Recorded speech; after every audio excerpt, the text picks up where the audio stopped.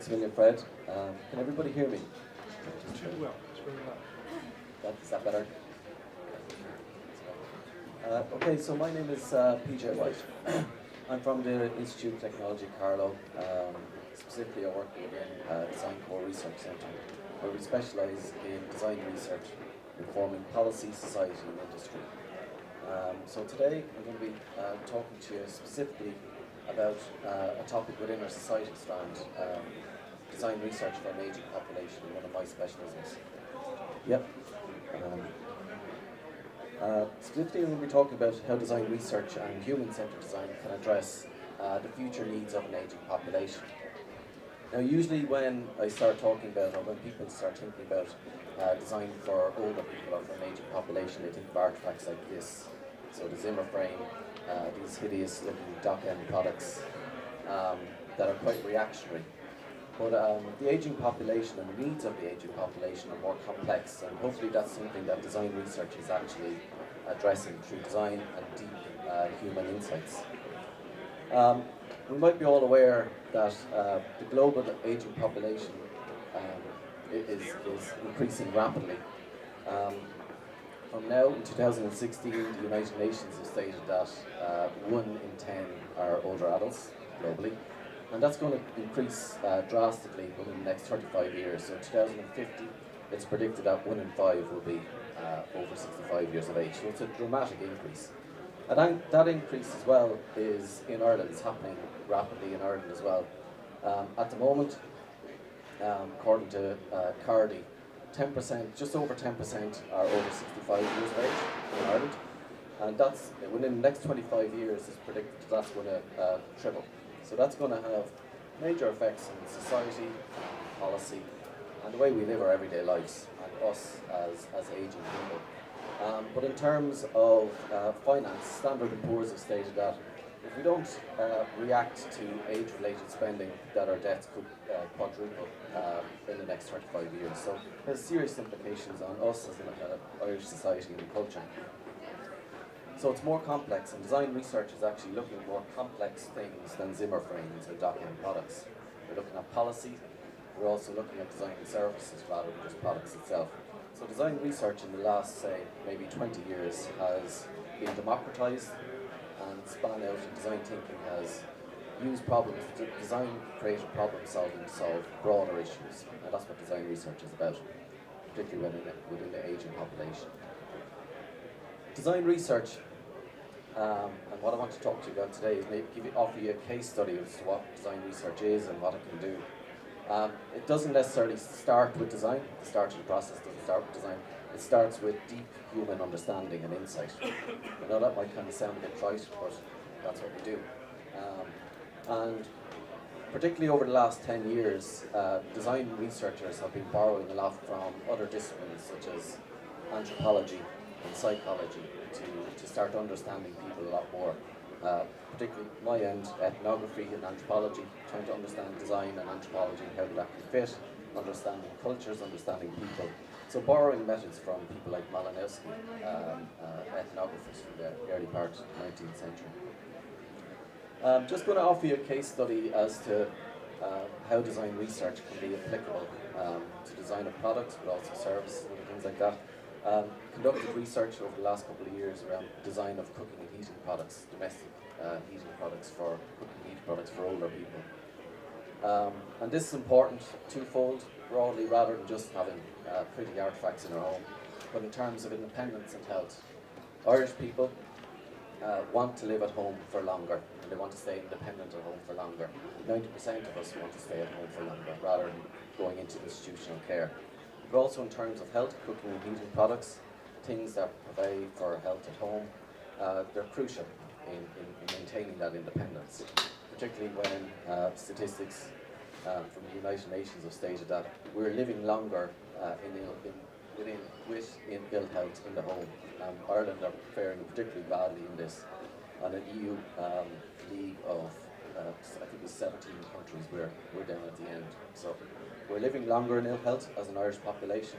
So the products that we have at home and the services need to address that and need to address age-related health. Again, as I stated, This process around designing cooking and heating products in any service or policy around older people doesn't start with designing. So a designer doesn't start with a piece of paper, sit down with colouring pencils and start sketching. It starts with deep human understanding. That's where the anthropology bit comes in.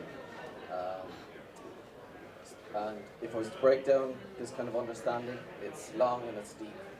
It takes time and it's deep within a related field. So in this case, within the homes of older people. Deep contextual interviewing, observation and participating with older people to try and understand what their actual needs are. When I was looking at cooking and heating products, it involved and it's still ongoing, started with a year-long study, deep immersion into the Irish older population. 8 counties started with, rural, urban, span, and across spring, summer, winter, because these products are specific to our climate and our seasons. What this early stage research, this ethnography involves is, as I said, contextual interviewing, observation and participation. Basically that means you're out eating spuds, eating Jaffa cakes, having cigarettes and participating with older people and trying to understand them at a very deep level within their own homes. But it's also broader than that. Let's just say if it's looking at cooking and heating products, you're looking at more holistic understanding of lived experiences.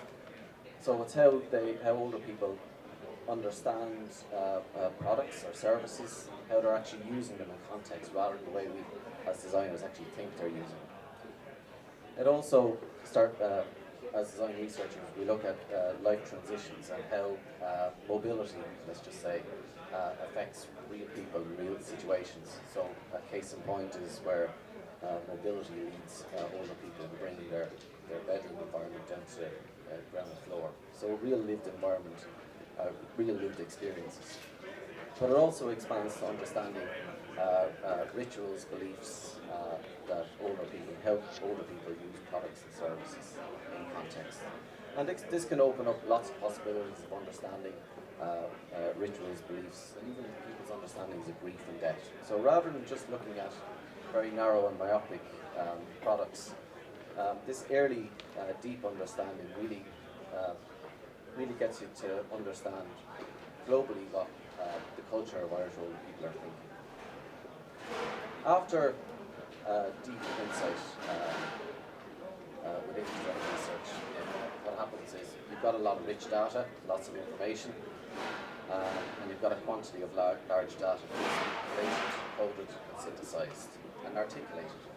So what design researchers are doing at the moment and looking more and more into is narratives and understanding what stories are actually happening in the field that are really happening. So to humanize actual data, so rather than just having stale statistics, trying to humanize what's really happening around, like in this case we create personas, but in other cases we create narratives. And narratives and storytelling is great in articulating to other people what's actually happening in the field, and from that we can actually create meaningful products or meaningful services or meaningful policies.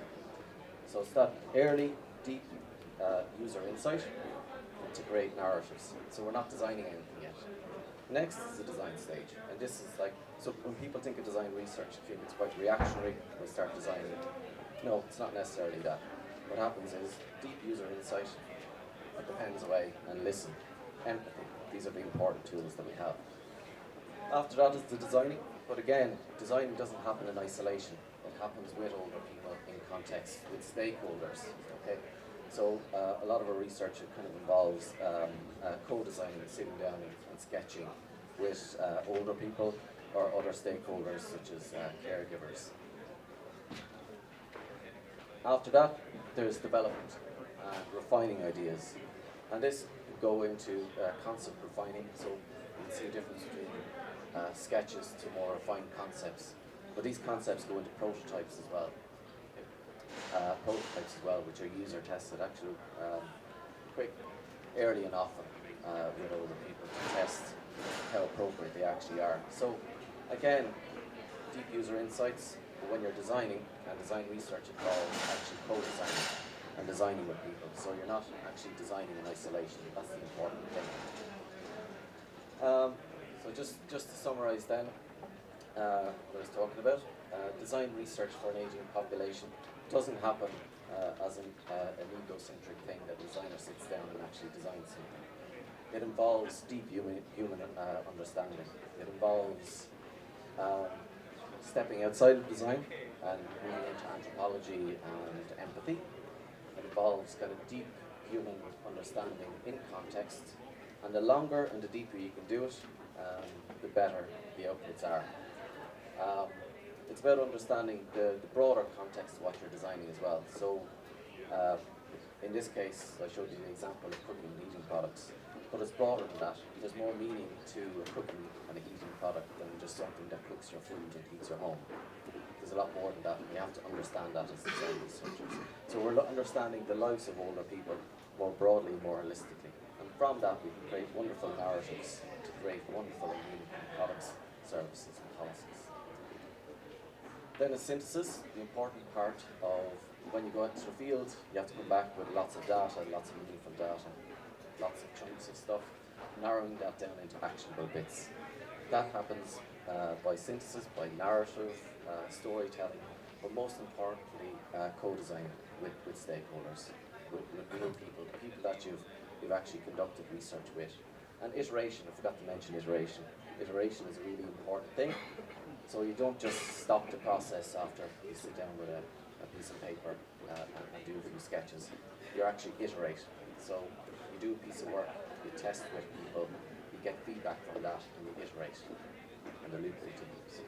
Okay. Thank you.